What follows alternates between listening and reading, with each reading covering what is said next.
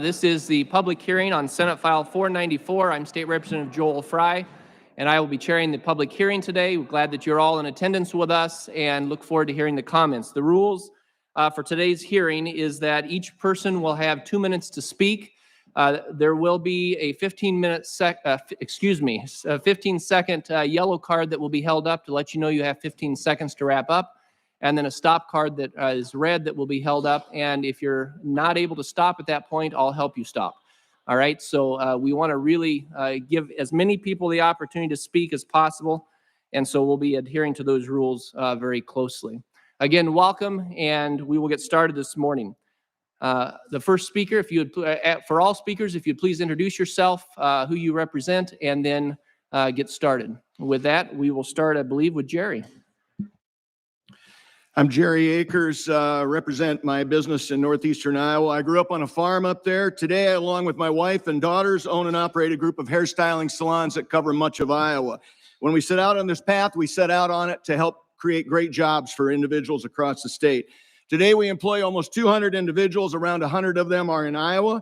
We provide our staff with great wages, vacation, holiday pay, health, dental, vision coverage subsidized at 50%, matching 401k, and many other specific benefits. Last year, we bought a daycare in order to provide subsidized daycare for our staff at a 50% rate.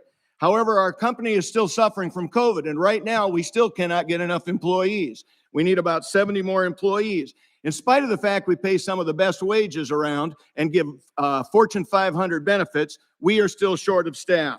Let's be clear, I'm a firm proponent on providing a hand up but not a handout when it comes to welfare. I truly believe that when people are suffering, we need to find a way to get them over the hurdles that they are facing so they can get back on their feet. However, far too many use welfare as a crutch, allowing them to not work. We've heard many firsthand stories. One that comes to mind right now is a lady who wanted to work full-time but could only work 19 hours a week, and she knew right to the dot how much she could work or she would lose her benefits. To that, I offered the opportunity. I showed her a financial analysis showing that she could work full-time and actually do better than the combination of 19 hours and benefits, to which she rebutted, but then I'd have to work the extra hours. Currently, we know of many potential employees who could be working or working more hours who choose not to because they will lose their benefits. To them, it seems like common sense to continue down a path that they and likely previous generations have followed before. And we cause that to some extent. I believe that some of the steps to consider should be offering and mandating better financial literacy classes in high school, more support and education for those on state benefits, showing a path to get off of them, a phasing out of those benefits so workers are not worried about suddenly losing those benefits, and a few weeks to adjust. Thank you so much. Thank you. Thank you. My name is Luke Elzinga. I am the Policy and Advocacy Manager at the Des Moines Area Religious Council and Chair of the Iowa Hunger Coalition. Both groups are opposed to this bill. The number of Iowans on SNAP is currently at a 14-year low. According to the state's own monthly SNAP report, just 42% of Iowans eligible for the program utilize it. SNAP is already inaccessible for many Iowans facing food insecurity.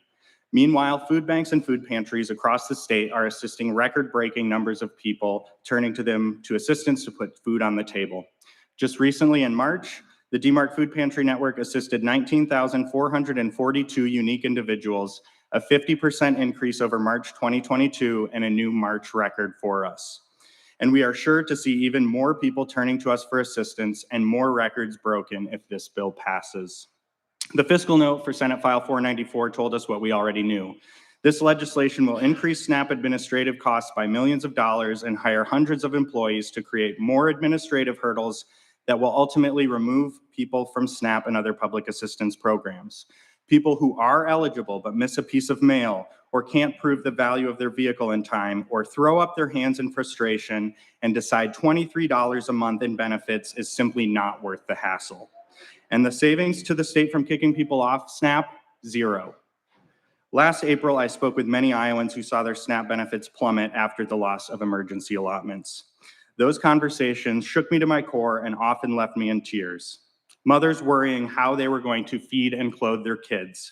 People with disabilities fearing for how they would afford medical treatments. Senior citizens literally turning to sex work to make rent. And now this, as if the struggle wasn't hard enough. I urge you to reject this bill. Good morning, Chairperson and the members of the committee.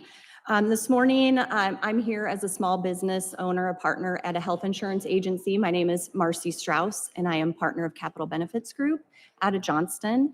We actually work with employers across the state in the small group space and also in the large group space.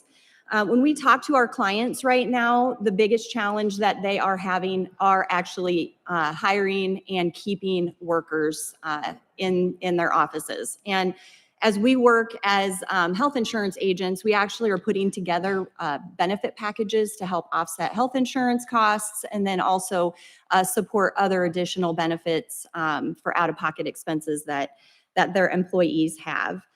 Just this past week, we actually had a meeting with a client who's a construction company, and they informed us that they actually are going to have to fill half of their workforce with H-2B workers because they have gone to the communities and tried to employ people. When they get applications in to hire people, the phone numbers are not valid. Numbers that they're calling go unanswered. One application literally stated, I don't really want this job, but in order to keep my benefits, I had to show proof that I applied. So this actually makes this a challenge for this specific employer who is really wanting to build the communities around him. And then also it obviously pushes back projects that he is working on. I've also had employers over the last several years tell me that they have had employees approach them and tell them that they do not want a raise after a raise has been given because they would lose benefits. I also had another one that refused to move from part-time to full-time hours for the same reasons. So I think when we look at this situation, the biggest challenge that I think most people have is the fact that there's a cliff.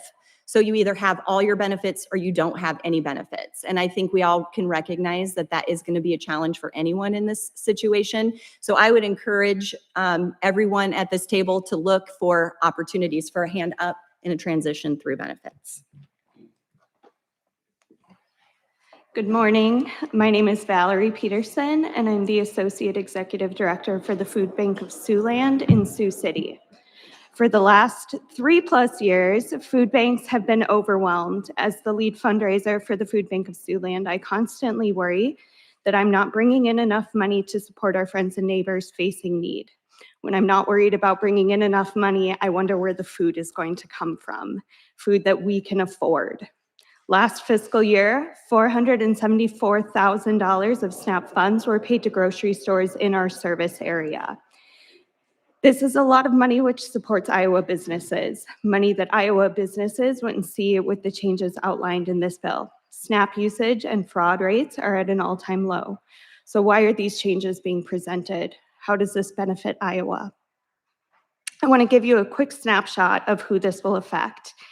These are grandparents that are now choosing between medication and food. They're hardworking laborers that are laid off during the winter. They're single moms that work multiple jobs and then have to make the choice between feeding themselves and their children. They're kids that have no say in or ability to contribute to their family's finances.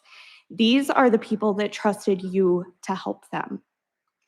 This bill will affect the most vulnerable people in our state, and by signing this bill, you are working against these people. You are turning your back on them and telling them you don't care if they ever make their way out of poverty.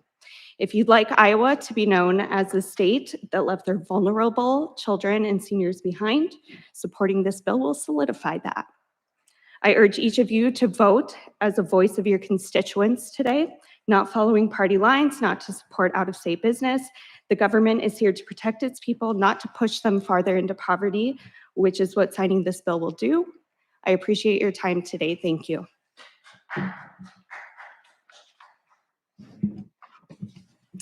Good morning. My name is Andres Reyes. I'm the senior pastor of First Baptist Church in Perry, Iowa. Senate File 494 is in essence about the virtue of personal accountability. Personal accountability is something that has been neglected in our age, but bills like this one have the potential of reigniting a culture of personal accountability. Here are 3 reasons. Holding others accountable is a sign of their value, or we could say it like this: holding others accountable gives people a sense of value. I believe that all people are made in the image of God, and so all people have value, but that value is only realized by working for what they have. One of the greatest problems in America today is depression. The number one reason is because people do not work as hard as other generations. The only way to cure the problem is to hold others accountable for working for what they have. This bill does just that. Holding others accountable creates equitability. Equitability is the virtue of not showing favoritism. It is requiring equal standards. Not holding others accountable only creates a greater divide between the rich and the poor, where the rich get richer and the poor gets poorer. It stifles the American dream. Holding others accountable creates checks and balances for restraining assistance from those who are milking the system and adding nothing to it, while rewarding those working to build it. Holding others accountable produces equitability. Holding others accountable creates self-sufficient families. Self-sufficient families are the backbone of a healthy society. President Obama once said, quote, "There is no program and no policy that can substitute a parent who is involved in their child's education from day one," end quote. No amount of government aid will make America great. America is only as great as its families. Senate File 494 helps emphasize this simple but significant point. Thank you. Please support this bill.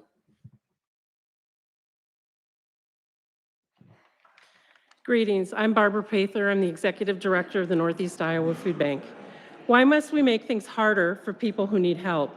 Last spring, when the disaster proclamation ended, the number of those who needed services through food banks and food pantries went up every month. The Northeast Iowa Food Bank has provided more food in the last year and to more people. One pantry in Northeast Iowa served 3,200 families in the month of March 2022. And in the March of 2023, that pantry served 4,800 households. Couple that with inflation, supply chain issues, and funding from USDA commodities decreasing, food banks are scrambling. Senate File 494 will make it harder for food banks and food pantries to sustain ourselves for the long term and ensure and provide food to people in need. Families, because of onerous application requirements, won't or don't apply, and communities in Iowa will continue to be asked to provide more locally. Wouldn't it be wonderful if those that even qualified for SNAP actually applied for it and received it, and this bill is going to deter that? Then maybe we would worry about someone getting food that SNAP benefits that shouldn't. I'm all for streamlining processes, but can we stop making it harder for people to receive benefits? This bill will deter eligible Iowans from applying for SNAP and will continue to stretch the capacity of local communities, such as with food banks and communities, requiring us to raise more money to support those in need. Government has a role and a responsibility to assist when they can. We need to work together to find solutions to feeding people in our state and utilize federal government and state government resources when they are available. We need to strive to maximize these resources available to us first. Then food banks and food pantries can come in, close that meal gap that exists in our state, and ensure that food insecure people have access to food. Thank you. Your time is up. My name is Joseph Olson. I help run a family construction business in Grinnell. I'm here to speak in favor of this bill. In our family and our business, we pride ourselves in hard work and a job well done. Like most everyone who works in the construction business, we show up early, leave late, and do the dirty work that a lot of people do not want to do. Bottom line, we earn every dollar we make. Despite actually not doing anything, the government decides to take a portion of my paycheck and call it their own. Some of that they do good things with, like building roads, helping people that are in need of help, folks that are genuinely unable to work and make ends meet. However, we also know that there are those who take advantage of the system. Today, a lot of people have had all sorts of negative things to say about this bill. My question would be this: I make sacrifices every day to make ends meet. I drive a used car, buy off-brand food, wear clothes that they've gone out of fashion. Why should the people who will be getting government handouts, getting my tax dollars, not have to make the same sacrifices I make on a day-to-day basis? This bill will help make sure that my tax dollars are only going to those who truly need it.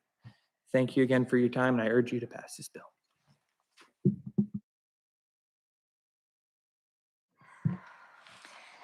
Hello, my name is Dr. Amy Shriver. I'm a pediatrician in Des Moines and a child advocate. I've been coming to the Capitol for over 10 years now to speak out for the needs of Iowa's children. In the past, there have been multiple bills that have tried to take away health care and food from children. You have successfully, for the past 10 years, voted these bills down. I ask you now to vote no on Senate File 494 for the sake of Iowa's children. So this bill seeks to disenroll hundreds of children from Medicaid, CHIP, and SNAP. This bill is unnecessary, heartless, and has the potential to harm the most vulnerable members of our society, children. Medicaid and CHIP provide essential healthcare coverage for millions across the country and over 300 children in the state of Iowa. Without this coverage, children may go without the necessary medical treatment, which can lead to long-term health problems. SNAP is a lifeline to thousands of Iowa families who struggle to put food on their tables for their children. It provides vital nutrition that children need to grow, thrive, and learn. Cutting off this support will lead to hunger, malnutrition, and struggling to learn and become productive members of our society. I have heard many others today talk about values. The most important value in our society is what we do to the most vulnerable of our own population. You may only see numbers and on budget items on this bill, but I see the faces of hundreds of my own patients who struggle every day. I have brought to you a stack of patients who struggle with poverty every day, and I'd like to tell you a little bit about one. Now, I don't take care of people in poverty alone. I rely on the government, and I rely on other nonprofits to help children and families raise themselves out of poverty. This particular family was struggling, and through the help of First Five, was able to confirm that they had Medicaid insurance. They got transportation to come see me. The family was working towards finding an interview at a salon, and was— Thank you, Amy. Your time is up. Thank you.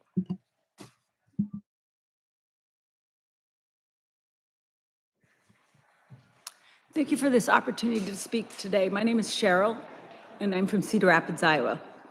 As a child growing up in a family of 6, I am acutely aware of the need for financial struggles and the need for assistance by many families.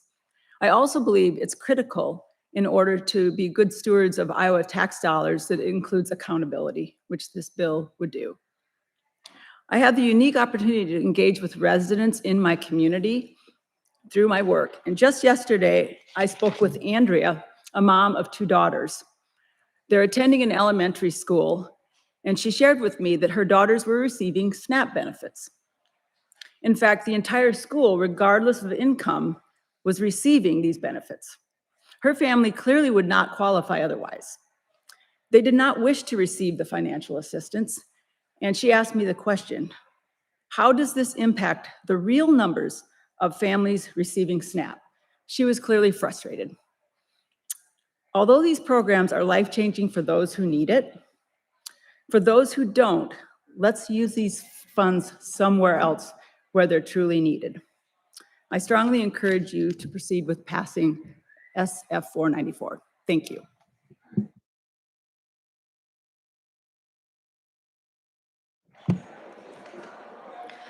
Good morning, representatives. My name is Tara Kramer. I live in low-income housing here in Des Moines. I was a recipient of SNAP benefits until January of this year, when the cost of living adjustment to my Social Security disability check made me ineligible for SNAP benefits. I still experience food insecurity along with many of my neighbors. This is one of their stories. My name is Ken Peterson. I am a senior citizen and a retired Navy veteran. I live in federally subsidized housing in Des Moines. I cannot be at the Capitol today to testify because I'm at the VA undergoing chemotherapy for prostate cancer. I get $23 a month in SNAP benefits. I also rely on DMARC food pantries for additional monthly assistance. I want people here to know I'd once registered as a Republican because I wanted my voice to be heard. I have now changed my mind, and I will be changing parties. I see Republicans talking about but not acting on their promises to assist the elderly, the disabled, children, and veterans. I see Democrats giving their time and resources to those in need in a Christian manner, regardless of that person's political affiliation. I am asking everyone here today to please show your compassion for the elderly, disabled, children, and veterans, and vote no on SF494. Thank you for your time.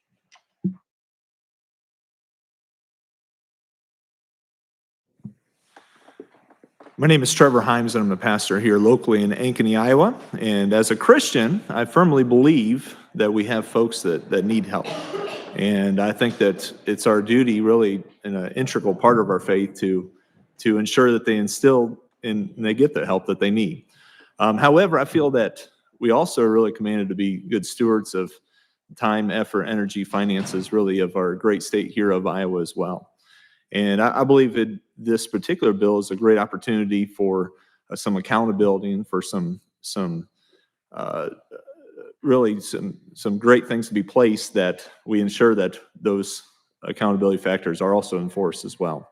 And so I hope that each person here would know that we have nothing but love and care for people that would be in need.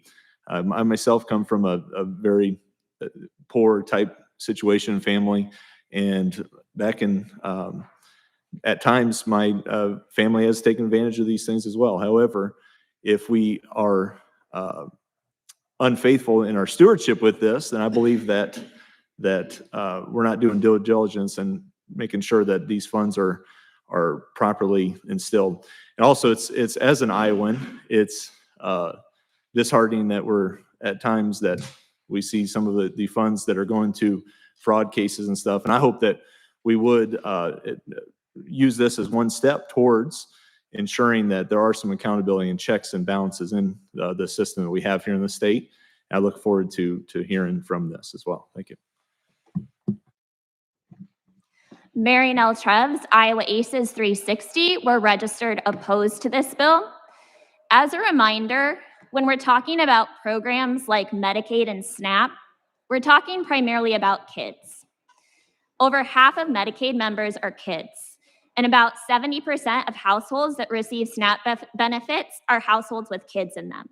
So changes to the eligibility and enrollment system are disproportionately going to impact kids. I also want to be really clear about the projected savings in fiscal year 26. The state savings come from disenrolling people from Medicaid. When you lose your health insurance coverage, your healthcare needs don't go away. You still need to access healthcare. And this is going to turn into higher costs for all of us, higher health insurance premiums, and more uncompensated care. So it doesn't make anyone healthier, and it doesn't save us money. I also wanted to talk about the intent of this bill. It might not have been to take away healthcare coverage. The intent might not have been to take away food. But all we have to do is look at LSA's fiscal analysis. All we have to do is look at other states that pass similar legislation. That's what this bill will do. LSA estimates that 8,600 Iowans will lose Medicaid coverage, 2,800 will lose food assistance. We looked at Arkansas. They implemented similar legislation. 50,000 people in Arkansas lost their health insurance coverage. We looked at Pennsylvania. They implemented an asset test. 114,000 households lost food assistance. 96% of those, 110,000 households, it wasn't because they were above the asset test. It was because they weren't able to complete proper paperwork within the sufficient time period. Please don't pass this bill. Hello, my name is Darla Chapel. I'm from St. Donatus, Iowa, which is a small community in Jackson County. Many have assumed that passage of this bill will take food and health care away from Iowa children and their families. What it will stop are those who abuse our program. We have to make sure funds received from the hardworking Iowans are spent wisely. An identity confirmation process would be put into place. A database would be installed to make sure recipients are not collecting from more than one state, which, having worked in banks, I have seen this happen. People coming in to cash checks. Banking information would be scrutinized to ensure money is not being hidden. Assets would be checked. Why should someone receiving benefits not try to help themselves first by the sale of luxury items such as an expensive second car, boats, RVs, or vacation properties? Records would be searched for lottery winnings and money and assets left through wills. Our elected officials are elected to be watchdogs on how Iowa funds are spent. They must be spent correctly. Please vote yes on this bill to ensure our money goes where needed and not into the pockets of liars, cheaters, and frauds. Thank you.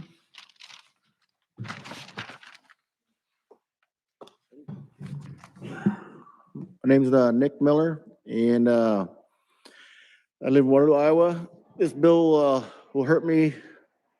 I was addicted to drugs in the 90s, and I got incarcerated, did 17 years of time. In that time, I got injured in prison. I was in a wheelchair for over 3 years up on my release. I started doing physical therapy. I'm doing that till today, and it's been going 4 times a week for the last 3 years. I need medical assistance with that stuff. At the meantime, I'm living with my uncle. My house got in disrepair when I was gone. On my SSI, it took 2 years to get. There's not a lot of money to repair a house quickly. And my uncle was nice enough to let me live with him. And if this bill passes, you guys are going to use his money for my income, and it will take away the medical I need. And that'll take away my blood pressure medicine, all my physical therapy, take away my psychiatrist I go see once a month for my anxiety and depression. I don't see why he should be punished for letting me live there, and I'm getting punished and losing benefits for that. Just, please don't pass this bill. Thank you for your time.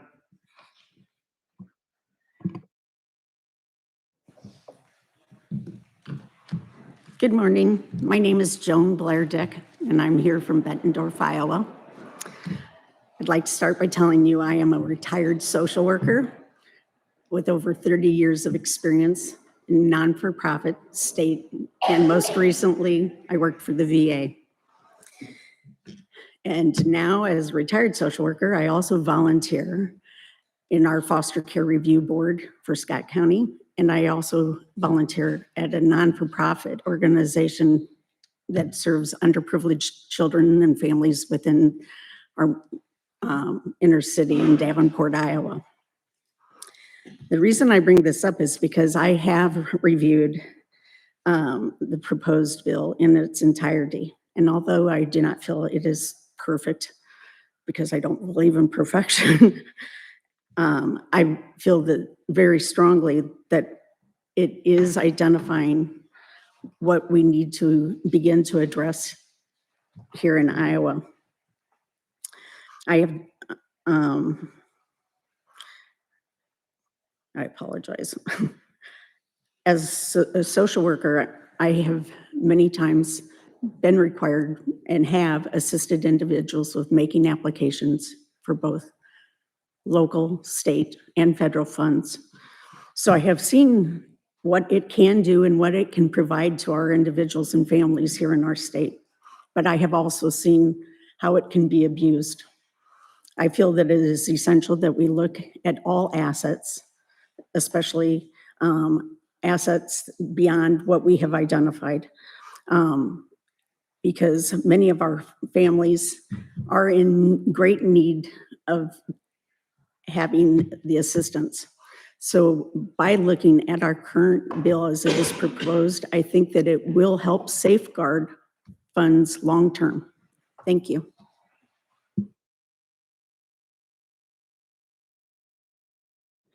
Go ahead. My name's Randy. I'm from Cedar Rapids, Iowa. And today I want to share a little testimony, and then I want to share a few facts as I see them. I was a recipient of a welfare system from 1964 to 1969. My mother was abandoned by my father, who left her for another woman. And we still loved him, of course, but she was a single family mother with 2 children and working as a waitress at the Holiday Inn in Carbondale, Illinois. And she was left in a lot of trouble, and she started checking to see what she could do to make sure her boys were provided for if there were any programs. The federal government helped her with subsidized housing. Back in those days, I think it was even I was only 10 years old, but I think it was what we called food stamps. I think the FDA gave out actual food products, if any of you are old enough to remember that. But they used to give out cheese, they gave out peanut butter, they gave out commodities of all kinds, and she received those. She received assistance. I think the rent was heavily subsidized, but that was never her goal in life, to live under federal assistance. That was not the end game. For 3 years, we were able to help support our family with the help of the federal government and the state governments, the FDA. But at the end of 3 years, she had received 2 promotions at work and found a wonderful man she thought was wonderful. And she remarried, and that helped our situation. And we really appreciated the leg up. But what I'm here to talk to you a little bit more about, other than my personal testimony, is that public assistance programs, I believe, should not be entitlement programs for life and passed on from generation to generation. Thank you. Your time is up. Thank you. Yes. Good morning. My name is Zeb McCallum, and I'm the Director of Housing and Economic Justice at the Iowa Coalition Against Domestic Violence.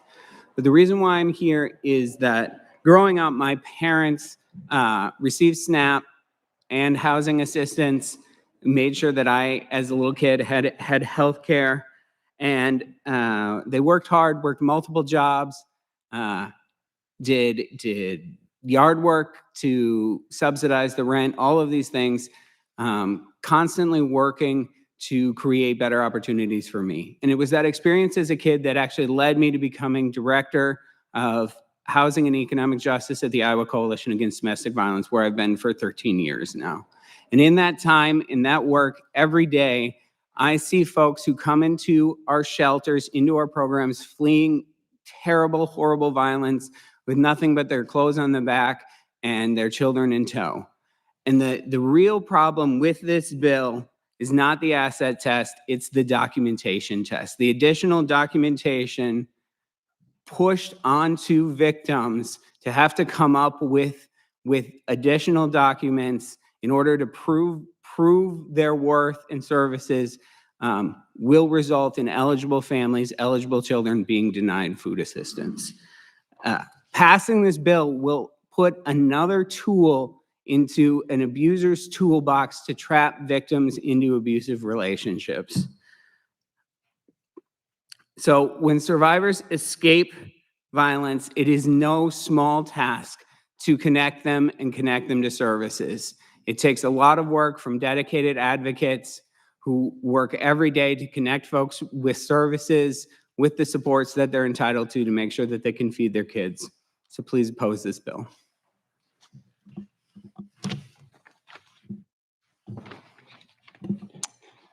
Thank you, Representative Fry, Chairman Moore, members of the committee. Thank you for the opportunity to come here today and speak to you.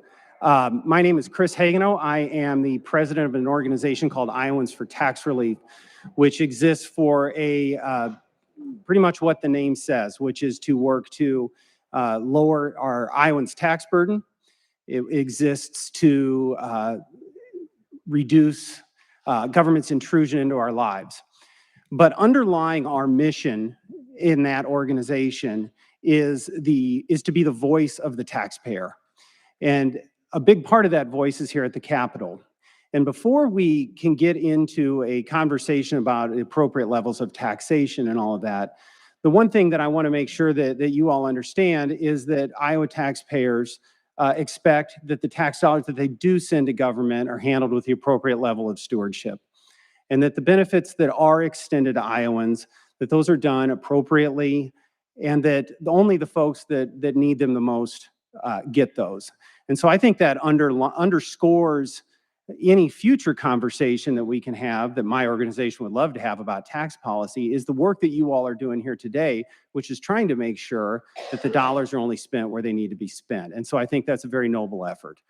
And so we are supportive of this legislation, specifically the asset test, which is something that the organization has supported for quite some time. So there's a simple question here that needs to be contemplated, and I know there's been some conversation of the costs of the bill, is that do we want to do everything we can to make sure that only the folks that need it get it, so that we can do the best for all Iowans? So thank you very much for the opportunity to speak.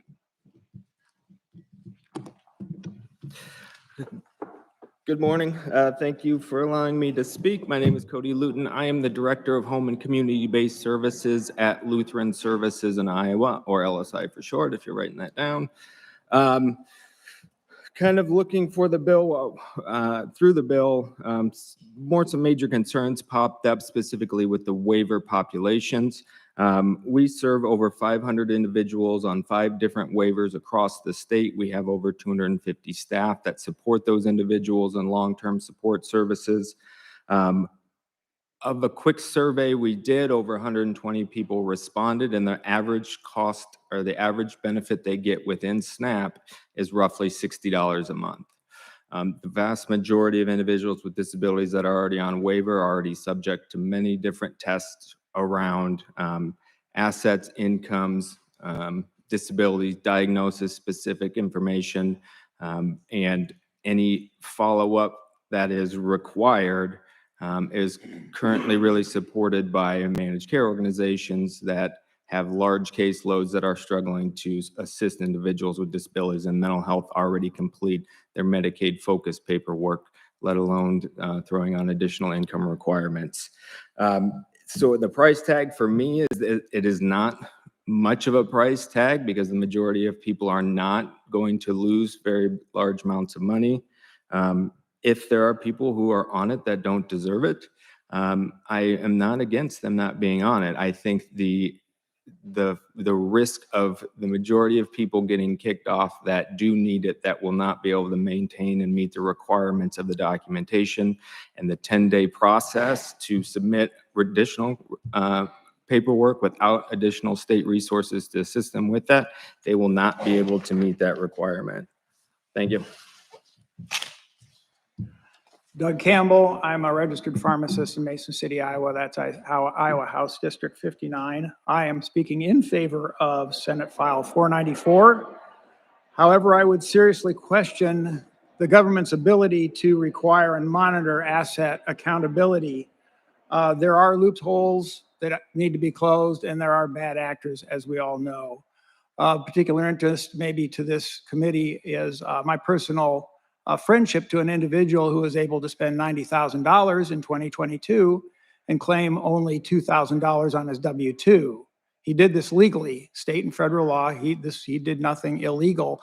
Nevertheless, he had a considerable amount of assets available to him. Also, as far as government accountability and oversight, I was a school board member. We discovered $1.2 million in misappropriation and malfeasance. It took the accountant and a couple auditors to disclose that corrupt behavior. And you have a board and you have all these people looking in on the $44 million of that school. And still we had quite a train wreck when it was all disclosed. So I'll leave it there. This is a great program. I'd like to see it go forward. I'd like to see people helped, but we do need measures in place that will make sure that the government gets what they want out of these assets. Thank you very much.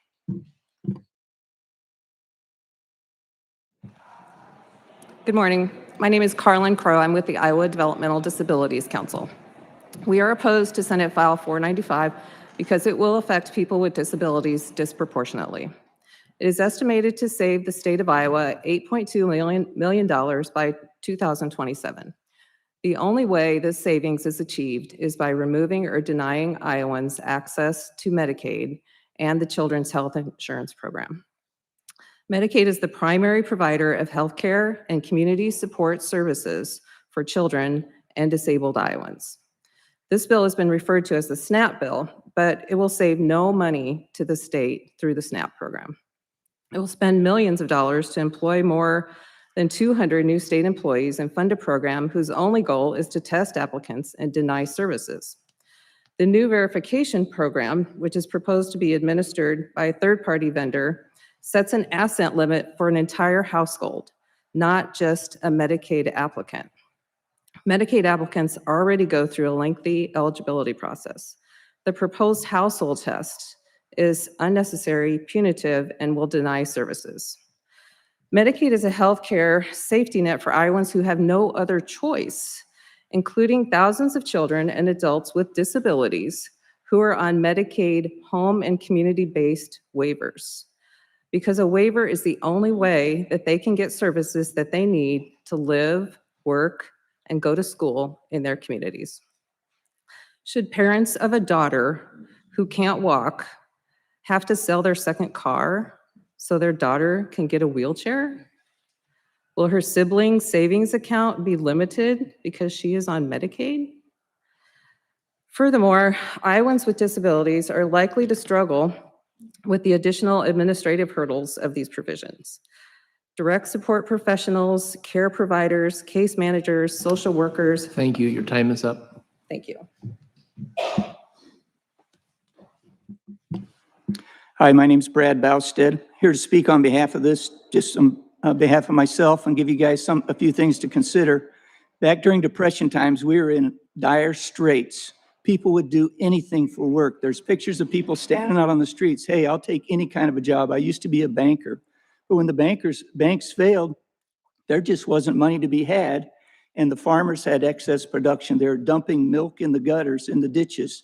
So somebody came up with a great idea. Let's give these people some coupons. They can spend some of these coupons on some food.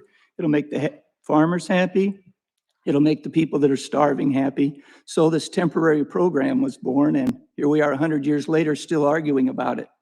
It's always been a case, who should get the money, how much, and what should they spend it on? It seems like recipients of this kind of money spend more money on junk food and sugary things than people who are spending their regular money. So anything that can be looked into to help resolve that and to make this a temporary program like it originally was intended, a temporary idea just to help people get back up on their feet. Not something permanent, not something designed to give the Department of Agriculture tons of money to throw around willy-nilly. Let's look at helping the recipient who's in a temporary situation and can't find any other way to solve his problems. And so that's my 2 cents on this. Just keep the recipient in mind. The idea of the program is not for it to last forever, and it's not for the person to be on it forever. Good morning. My name is Tom Chapman, and I'm with the Iowa Catholic Conference, the public policy group of the Catholic Bishops of Iowa. We're registered against the bill. The bill is improved from the first vision, and we appreciate the work that's being done on it. However, increasing the administrative requirements to catch bad actors is going to mean people dropping off of SNAP or Medicaid even when they do qualify. Here's a short note from one of our Catholic Charities staff. As a Catholic Charities agency who advocates for limited income families, I think we need to speak up for them and be against any additional eligibility guidelines that are going to create even more barriers for families that really need this assistance. Unfortunately, there are already incredible challenges that households face accessing help. Until we started with SNAP enrollment, I didn't realize how many people could be getting help, and they are not. I understand the reasons these bills come about. However, the direct impact this could have on many families losing benefits will be detrimental. Another staff member said one item of concern is the bill's maximum of 10 days to respond to the state about an income mismatch that disqualifies a person. By the time a person reads their mail, has time to confer with loved ones about it, gathers the necessary documentation, writes the appeal, and mail it, it's well beyond 10 days. Individuals living in poverty are mostly living day to day, crisis to crisis. The more frequent reporting will mean an increase in paperwork, frustration, and possibilities for error. Finally, the error rate for benefits being overpaid or underpaid in Iowa has substantially improved, and we don't see any evidence of widespread fraud. Please oppose the bill. Thank you.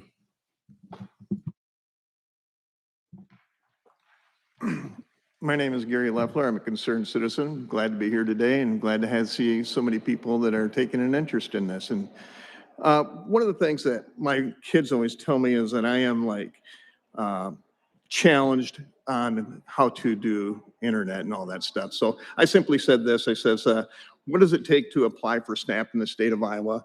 And right there on the phone, I would think most people would agree that people in the state of Iowa have phone or have an access to a phone. It says very clearly, check your eligibility, prepare required documents, submit application, what to expect after applying.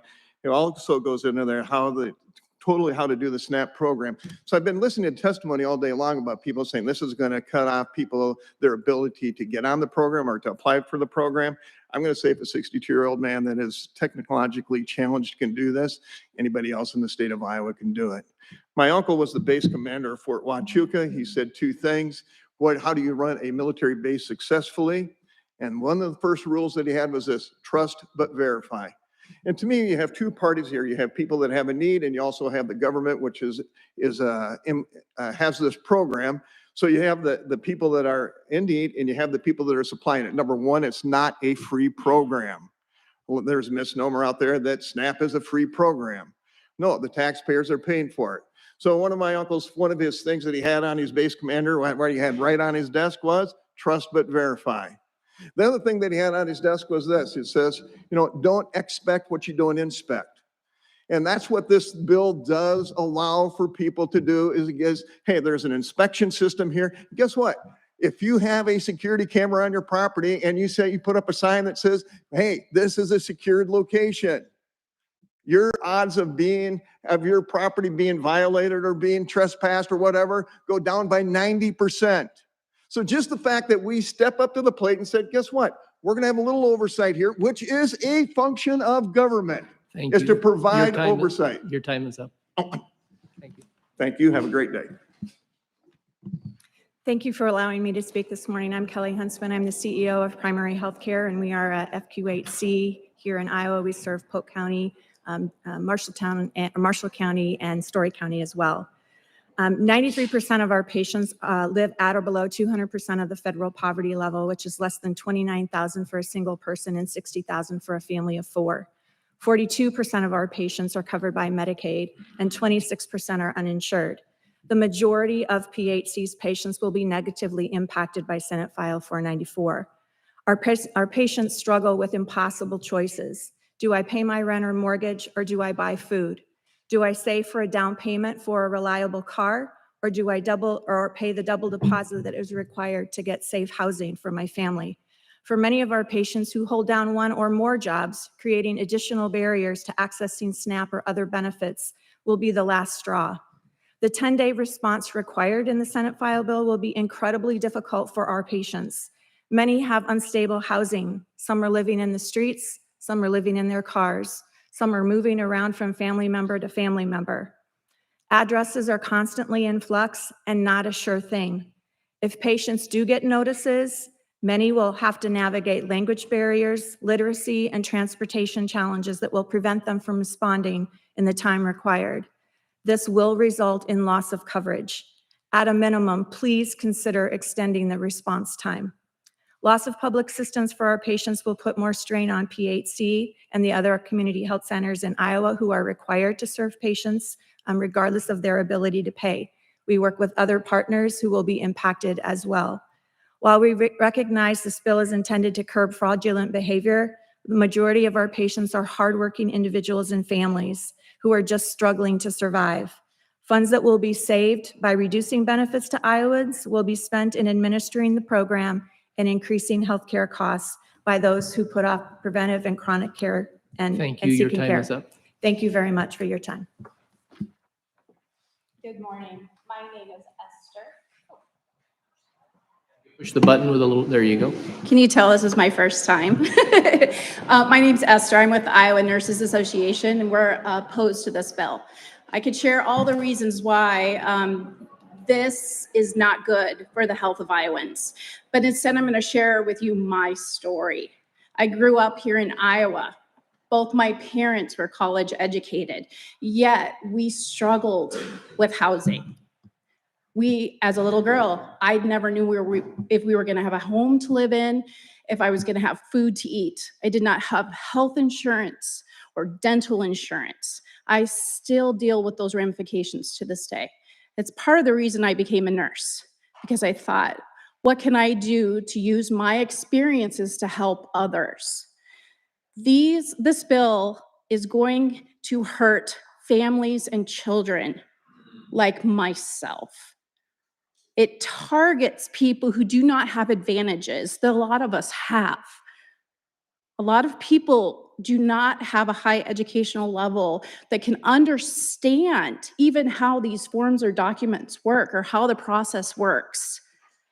I feel like this bill is targeting a very vulnerable population, children. Think about your kids, for those of you who have children. What if you were not able to provide for them the way you wanted to because of life? Because sometimes life is difficult and things happen we can't control. You're taking away something that can help them.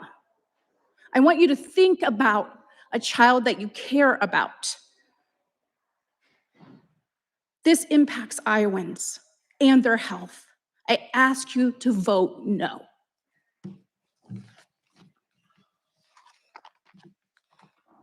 Can you go ahead and push the microphone button for me? Thank you. Next.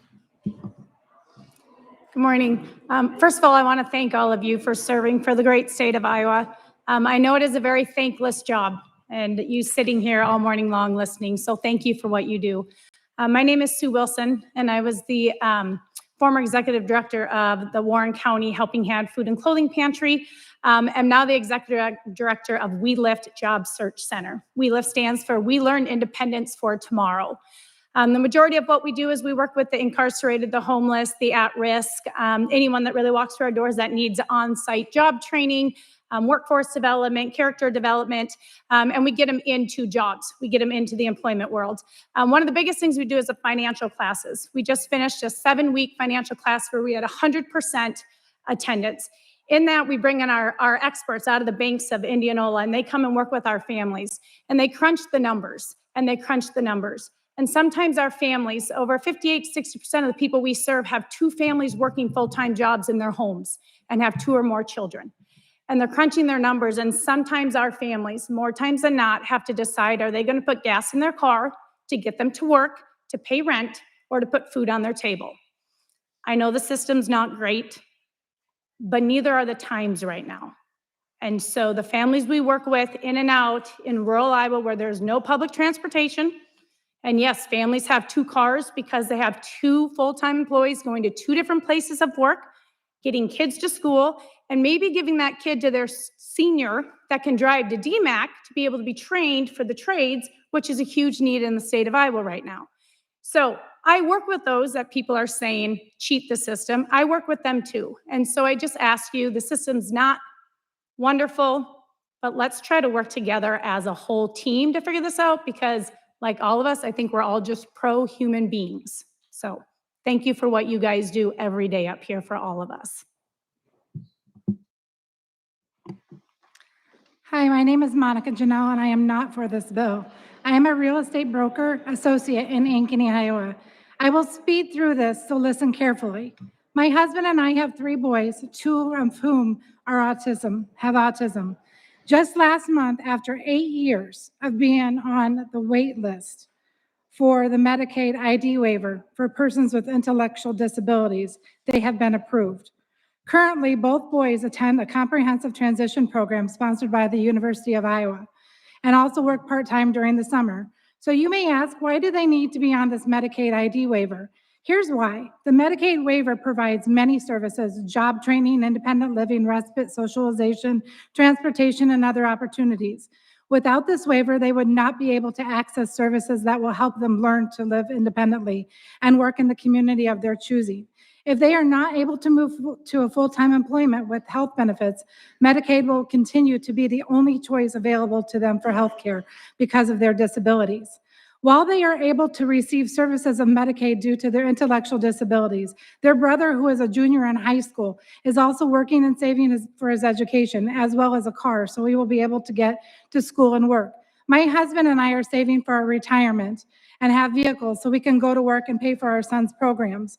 These are called assets, and they are meant to be unallowable for the family who have children with disabilities. Are your children with disabilities not meant to have assets? They can use for education, rent, food, and maybe someday a car. And our younger son is not allowed to save for assets, so he can go to college and get a car because of his two brothers have autism, must be on Medicaid waiver for the services that they need.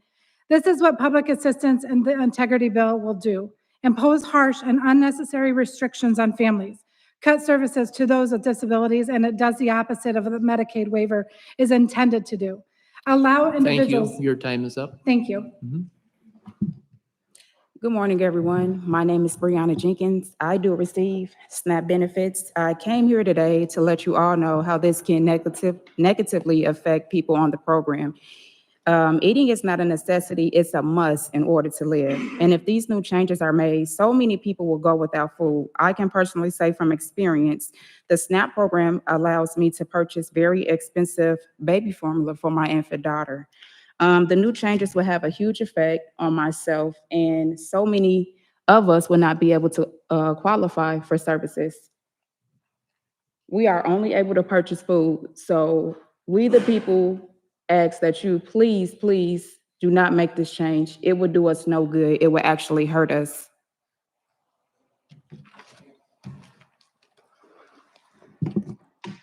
Hello, I'm Laura with the Iowa Coalition Against Domestic Violence. We urge you to reject this bill. This bill spends a lot of money to leave people worse off. Iowa can update its technology without making unnecessary policy changes that cost millions to remove eligible people from SNAP and pay for it by ensuring eligible people lose Medicaid. SNAP enables people to eat. Eligibility requirements should be the least burdensome.